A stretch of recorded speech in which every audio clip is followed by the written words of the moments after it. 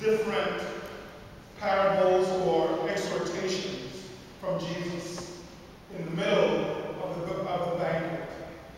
First, an exhortation to the guests, and then an exhortation to the person giving the banquet.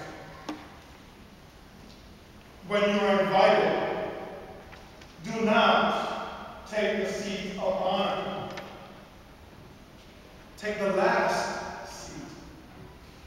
It is always better to be brought up to the better seat than to be taken from the good seat and sent back to the not so good seat.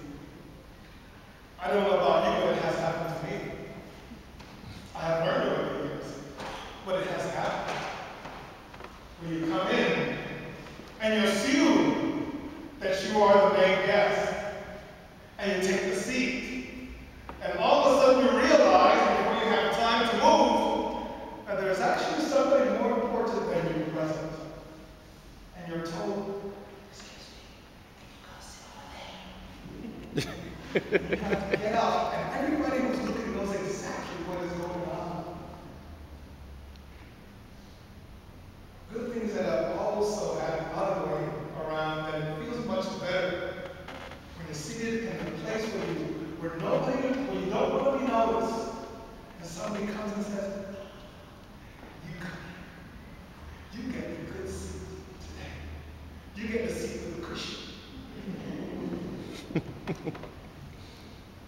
See, so many times we forget who we are.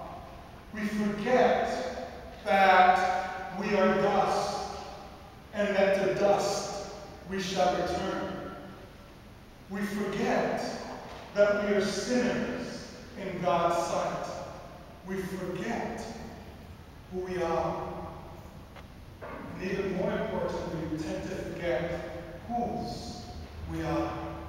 We think sometimes that we are owners of ourselves, that we are the ones who paid the price for our lives, that we made ourselves. Or as a popular phrase that goes around so often, I'm a self-made person. And we behave in that way with our heads so high that no roof can hold us, with our heads so blown up that no door can fit us through. And suddenly, when we are made to realize that truly we are not us, we are brought down from our pedestals, from our self-made pedestals. Somebody punches a hole in our heads and we're deflated to proper size. Isn't it wonderful when we realize just how little we are by ourselves, and then through God's grace we are brought up to a new level to be seen by others as an example to be followed as a child of God. Do not give yourself a place of honor. Be humble. Take the worst place. And God, in God's grace and love, will bring you up to the place of honor. And when you give a party, well, this one is good. I like the second part even more than the first one because it admonishes all of us. You know, it's not only the people who are able to make big parties of 200, 300, 400 people who do this. It's not only kings and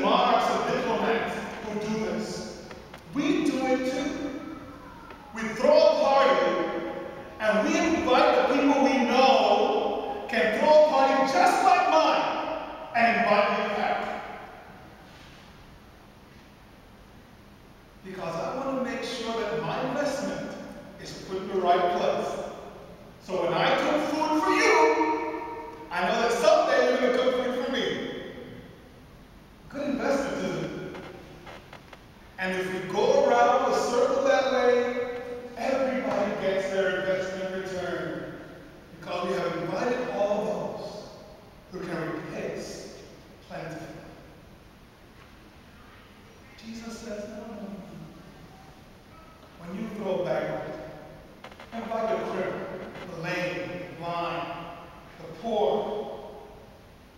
Have them come in and have a good time. And don't worry about being repaid because they can't give you anything. They have nothing to give you. But your Father in heaven who can give you everything will grant you repayment. Now I know this is hard to hear. Believe me, it's hard for me to hear too. As Father Christian and I were having conversations about this passage, he said, Father, it's a good thing you're the one preaching at 10 because that gospel is hard. And I said, yes, Father, it's hard to listen to. Not only for the congregation and for the preacher to preach about, but for the preacher to hear for his own life. Because we're all in this together. We are all called by God to have that level of humbleness, to be able to open up our hearts, the doors of our lives, the doors of our entire beings, to all those who are in need, and not only those who can look at us and give us praise and return what we have given them. Look for the humble and needy among you, those who have nothing to give you back, and serve them. Give them more of yourself. Give them the most valuable parts of you without expecting anything back, because they themselves cannot give you anything back. But your God and Father, who owns all and knows all, will pay you. Will pay you plentifully. Of course, this goes hand in hand with the words of the reading from Hebrews. Welcome the stranger. Because many, without knowing it, have entertained angels without knowing it. And if we even go further, when Jesus speaks to his disciples, to those who are listening, he says, feed the hungry, take care of those in prison, clothe the naked, give something to drink to the thirsty. Because that and doing that, you're serving me.